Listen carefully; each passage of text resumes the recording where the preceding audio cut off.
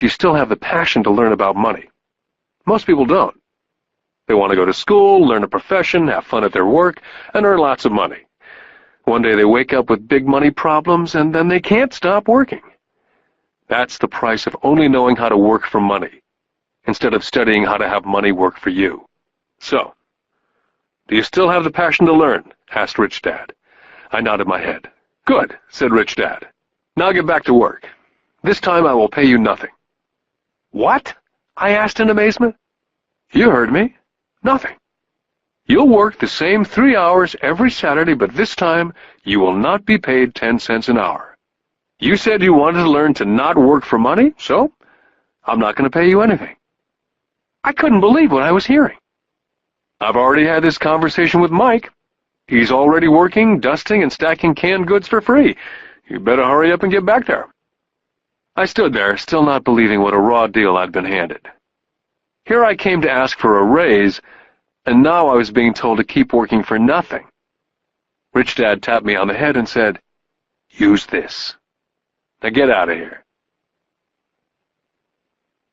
I didn't tell my poor dad I wasn't being paid. He would not have understood, and I did not want to try to explain something that I did not yet understand myself. For 3 more weeks, Mike and I worked for 3 hours every Saturday for nothing. The work didn't bother me, and the routine got easier. It was the missed baseball games and not being able to afford to buy a few comic books that got to me. Rich Dad stopped by at noon on the 3rd week. We heard his truck pull up in the parking lot and sputter when the engine was turned off. He entered the store and greeted Mrs. Martin with a hug. After finding out how things were going in the store, he reached into the ice cream freezer, pulled out 2 bars, paid for them, and signaled to Mike and me, "Let's go for a walk, boys." We crossed the street, dodging a few cars, and walked across a large grassy field where a few adults were playing softball. Sitting down at a remote picnic table, he handed Mike and me the ice cream bars. "How's it going, boys?" "Okay," Mike said. I nodded in agreement. "Learn anything yet?" Rich Dad asked. Mike and I looked at each other, shrugged our shoulders, and shook our heads in unison. "Well, you boys had better start thinking. You're staring at one of life's biggest lessons. If you learn the lesson, you'll enjoy a life of great freedom and security. If you don't learn the lesson, you'll wind up like Mrs. Martin and most of the people playing softball in this park. They work very hard for a little money, clinging to the illusion of job security, looking forward to a 3-week vacation each year and a skimpy pension after 45 years of work. Now, if that excites you, I'll give you a raise to 25 cents an hour." "But these are good, hard-working people. Are you making fun of them?" I demanded. A smile came over Rich Dad's face. "Mrs. Martin's like a mother to me, and I would never be that cruel. I may sound cruel because I'm doing my best to point something out to the 2 of you. I want to expand your point of view so you can see something most people never have the benefit of seeing because their vision is too narrow. Most people never see the trap they're in." Mike and I sat there uncertain of his message. He sounded cruel, yet we could sense he was desperately wanting us to know something. With a smile, Rich Dad said, "Doesn't that 25 cents an hour sound good? Doesn't that make your heart beat a little faster?"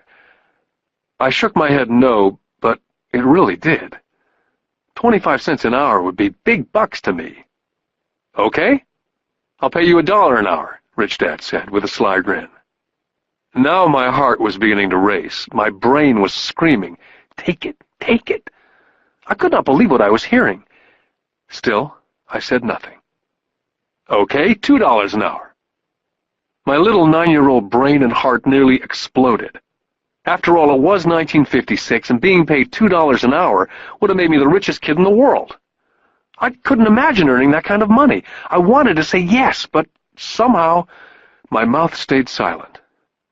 Maybe my brain had overheated and blown a fuse, but deep down I badly wanted that $2 an hour. The ice cream had melted and was running down my hand. Rich Dad was looking at 2 boys staring back at him, eyes wide open and brains empty. He knew that he was testing us, and he knew there was part of our emotions that wanted to take the deal.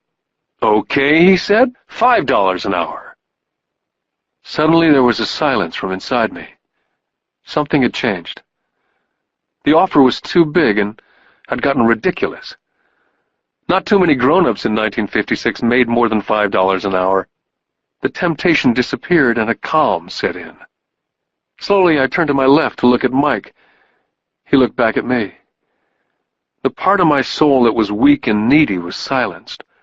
The part of me that had no price took over. There was a calm and a certainty about money that entered my brain and my soul. I knew Mike had gotten to that point also. "Good," Rich Dad said softly. "Most people have a price. And they have a price because of human emotions named fear and greed. First, the fear of being without money motivates us to work hard. And then once we get that paycheck, greed or desire starts us thinking about all the wonderful things money can buy. The pattern is then set." "What pattern?" I asked. "The pattern of get up, go to work, pay bills, get up, go to work, pay bills." Their lives are then run forever by two emotions, fear and greed. Offer them more money, and they continue the cycle by also increasing their spending. This is what I call the rat race. "There is another way?" Mike asked. "Yes," said Rich Dad slowly, "but only a few people find it." "And what is that way?" Mike asked. "That's what I hope you boys will find out as you work and study with me. That is why I took away all forms of pay." "Any hints?" Mike asked. "We're kind of tired of working hard, especially for nothing." "Well, the first step is telling the truth," said Rich Dad. "We haven't been lying," I said. "I did not say you were lying. I said to tell the truth," Rich Dad came back. "The truth about what?" I asked. "How you're feeling," Rich Dad said. "You don't have to say it to anyone else, just yourself." "You mean the people in this park, the people who work for you, Mrs. Martin, they don't do that?" I asked. "I doubt it," Rich Dad said. "Instead, they feel the fear of not having money. Instead of confronting the fear, they react instead of think. They react emotionally instead of using their heads," Rich Dad said, tapping us on our heads. "Then they get a few bucks in their hands, and again the emotion of joy and desire and greed take over. And again they react instead of think." "So their emotions do their thinking," Mike said. "That's correct," said Rich Dad. "Money is running their lives, and they refuse to tell the truth about that. Money is in control of their emotions, and hence their souls." Rich Dad sat quietly, letting his words sink in. Realizing we had absorbed as much as possible of what he was talking about, Rich Dad said, "I want you boys to avoid that trap. That is really what I want to teach you. Not just to be rich, because being rich does not solve the problem." "It doesn't?" I asked, surprised. "No, it doesn't. Let me finish with the other emotion, which is desire. Some call it greed, but I prefer desire. It's perfectly normal to desire something better, prettier, more fun or exciting. So people also work for money because of desire.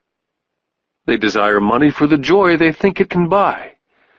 But the joy that money brings is often short-lived, and they soon need more money for more joy, more pleasure, more comfort, more security. So they keep working, thinking money will soothe their souls that are troubled by fear and desire, but money cannot do that." "Even for rich people?" Mike asked.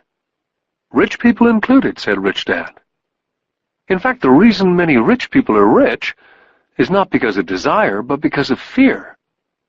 They actually think that money can eliminate that fear of not having money, of being poor.